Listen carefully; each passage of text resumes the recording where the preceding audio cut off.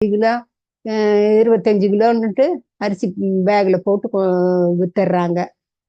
அதனால அந்த இது முறத்துக்கே ஒன்றும் வேலை இல்லை.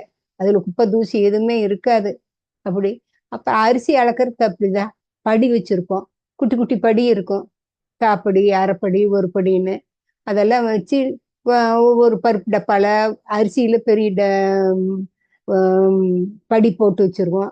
சின்ன இதுல வந்து ஒரு காப்படி, அரைப்படி இதெல்லாம் வந்து பருப்புக்கு கொஞ்சோண்டு எது எது நம்ம வந்து நிறைய உபயோகிக்கிறோமோ அதுக்கு பெருசு போட்டுட்டு, கொஞ்சமா உபயோகிக்கிறது சின்னது போட்டு, அப்புறம் ஒரு பாட்டில்ல எல்லாம் போட்டு வச்சு இது பண்ணுவோம். அதெல்லாம் எடுத்து வச்சு சாமி கும்பிடுவோம். அப்புறம் அதே மாதிரி உலக்கைங்கிறது வந்து இந்த ம இந்த மரத்திலான அதுக்குன்னு உலக்க மரம்னு விற்கும். அதுல வந்து கீழையும் மேலையும் பூண் போட்டிருக்கும். பூணுன்னா பித்தளையில அப்படியே இல்லாட்டி இரும்புல கெட்டியா அந்த மரத்தை கீழையும் மேலையும் ஒரே மாதிரி இருக்கும்.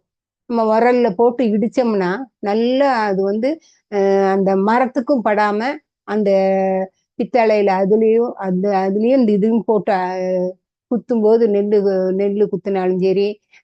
ஆவுன்னு நாங்க என்ன பண்ணுவோம், இந்த கோதுமையில நல்லா குத்தி எடுத்து புடைச்சி ஆட்டி தோசை ஊத்துவோம். அப்ப நல்லா இருக்கும். அப்ப அந்த இது வந்து அந்த தவிடெல்லாம் போறதுக்கோசரம் உலக்கையில 4 போட்டு போட்டு தான் அது உபயோகிப்போம். இப்பெல்லாம் உலக்கையில யார் வீட்லயுமே இல்லை. உலக்கைங்கிற பேரே மறந்து போச்சு. ஆனா கிராம சைடுல எல்லா இடத்துலயுமே இருக்கும். அதே மாதிரி தோசை சுடுறதுக்கு ஒரு கரண்டி இருக்கும், சட்டுவோன்னு. அப்புறம் இந்த காய்கள்லாம் வறுத்து எடுக்கிறதுக்கு அந்த அப்பளமெல்லாம் வறுக்கிறதுக்கு ஜார்னின்னு சின்னதா வச்சிருப்போம். அந்த மாதிரி எல்லாம் ஒன்னொன்னு ஒன்னொன்னு. இப்ப எல்லாம் அப்படி இல்லை, ஒரே கரண்டி எல்லாத்துக்குமே ஒரே கரண்டி போட்டு எடுத்துடுறாங்க, பண்ணிடுறாங்க. ஜார்னியும் இல்லை, ஒண்ணும் இல்லை. தோசை எடுக்கிற கரண்டிலேயே வணக்கி விட்டுக்குவாங்க. அதே கரண்டிலேயே போட்டு எடுத்து வச்சுக்குவாங்க. நாங்க அது தோசைக்குன்னா தோசை கரண்டி, ஆஹ் காய் வறுக்கிறதுக்குன்னா அதுக்கு தனியா கரண்டி, இந்த எண்ணெய் பண்டம் செய்யறதுக்குன்னா அதுக்கு ஜார்னின்னு அதுக்கு தனியா வச்சுக்குவோம். ஒன்று உபயோகிச்சா ஒன்று உபயோகிக்க மாட்டோம். அப்படி மாத்தி மாத்தி உபயோகிப்போம். இப்பெல்லாம் அதுக்கெல்லாம் வேலையே இல்லை. எல்லாருமே கடையில போய் எல்லாம் வாங்கிட்டு வந்து அப்பப்ப சாப்பிட்டுக்கிறாங்க. அதனால வீட்டுல யாருமே பலகாரமே சுடுறது இல்லை. அந்த கரண்டிக்கும் வேலை இல்லை, வடை சட்டிக்கும் வேலை இல்லை.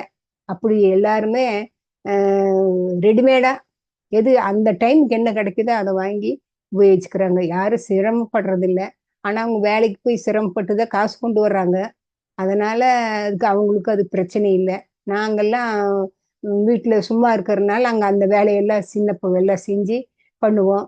எங்க அப்பா ஒருத்தர் தான் வேலைக்கு போவாங்க, வேற யாரும் இல்லை. வேலைக்கு போறதுக்கெல்லாம் சின்ன சின்ன குட்டி குட்டி பசங்க. அப்புறம் அம்மா எங்களுக்கு செஞ்சு போடுறதுக்கே சரியா இருக்கும். அதனால அதை நாங்க ரெடிமேடா வாங்குறது இது பண்ண மாட்டோம். அப்பப்ப செஞ்சு அப்பப்ப சாப்பிட்டுக்குவோம். இப்ப வந்து அதான் ஒரு செல்போன் கையில இருந்த போது அடுத்த நிமிஷம் எல்லாமே வீடு தேடி வந்துருது. ஒரு பட்டன் அமுத்தினா போதும். என்ன உங்களுக்கு வேணுமா ஆர்டரு, 5 நிமிஷமா 10 நிமிஷமா கரெக்டா வந்துடும். ஒரு வேற பொருள் என்னாச்சு இருந்ததுன்னா ஒரு நாளா 2 நாளா டெலிவரி, டோர் டெலிவரி கொண்டு வந்து வீட்லயே கூட நம்ம எந்திரிச்சு போய் கூட வாங்க வேண்டியது இல்லை. ரோட்ல போய் கடையில போய் நிக்க வேண்டிய வேலையும் இல்லை. ஒரு போன் பண்ணா போதும், வீட்டுக்கு எல்லா சாமானும் சேர்த்து தேடி வந்துருது. அந்த மாதிரி இந்த இதுல அந்த காலத்து உபயோகிச்ச பொருள் எல்லாமே இப்ப யாருமே உபயோகிக்கிறது இல்லை. அவங்களுக்கு இது தெரியுமா என்னன்னு கூட தெரியாது அவங்களுக்கெல்லாம். ஊதுங்குழல் என்ன, இடுக்கி என்ன, அந்த முறம் என்ன, படி எது, இதெல்லாமே அவங்களுக்கெல்லாம் அந்த இப்ப முக்கால்வாசி வீட்டுல டம்ளர் தான்.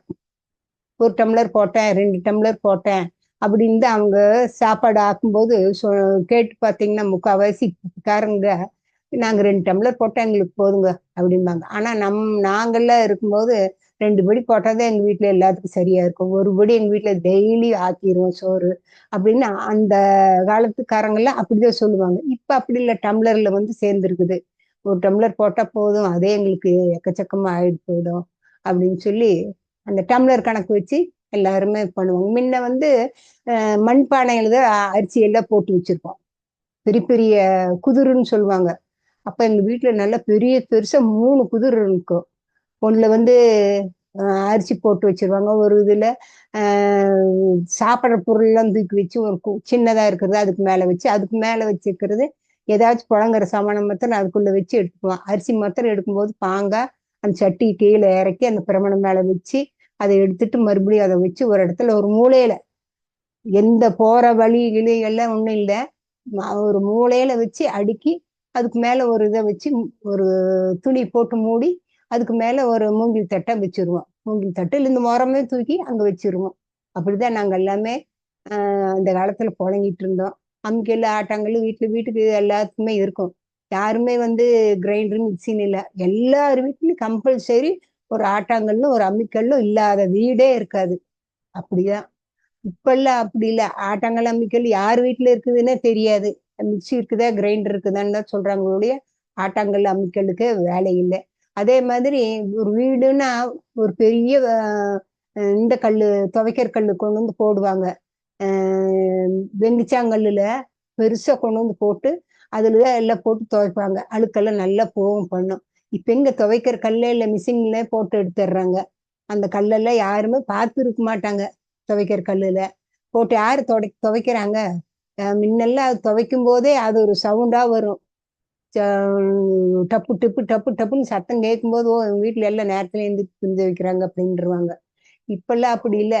எல்லாம் வாஷிங் மிஷின் போடுறாங்க. வெளியில வந்து காய வச்சு உள்ளேயே உள்ளேயே காய வச்சு உள்ளேயே எடுத்து வச்சுக்கிறாங்க. அது துவைக்கிறாங்களா இல்லையான்னு கூட யாருக்குமே தெரியாது. அப்படி நாங்களாம் வெளியில கொண்டு வந்து கொடின்னு சொல்லிட்டு கயித்துல கட்டி தொங்க விட்டு காய வச்சு எடுத்து மடிச்சு வைப்போம். இந்த மாதிரி உங்களுக்கு ஏதாச்சும் உங்க வீட்டுல யாராச்சும் இப்படி பண்ணியிருந்தாங்கன்னா, ஒரு பெரியவங்க சின்னவங்க என்னை விட சின்னவங்க இவங்க எல்லாமே அதெல்லாம் உபயோகிச்சிருந்தாங்க, நீங்க கமெண்ட் பண்ணுங்க, சொல்லுங்க, லைக் பண்ணுங்க, எல்லாத்துக்கும் ஷேர் பண்ணுங்க, சப்ஸ்கிரைப் பண்ணுங்க.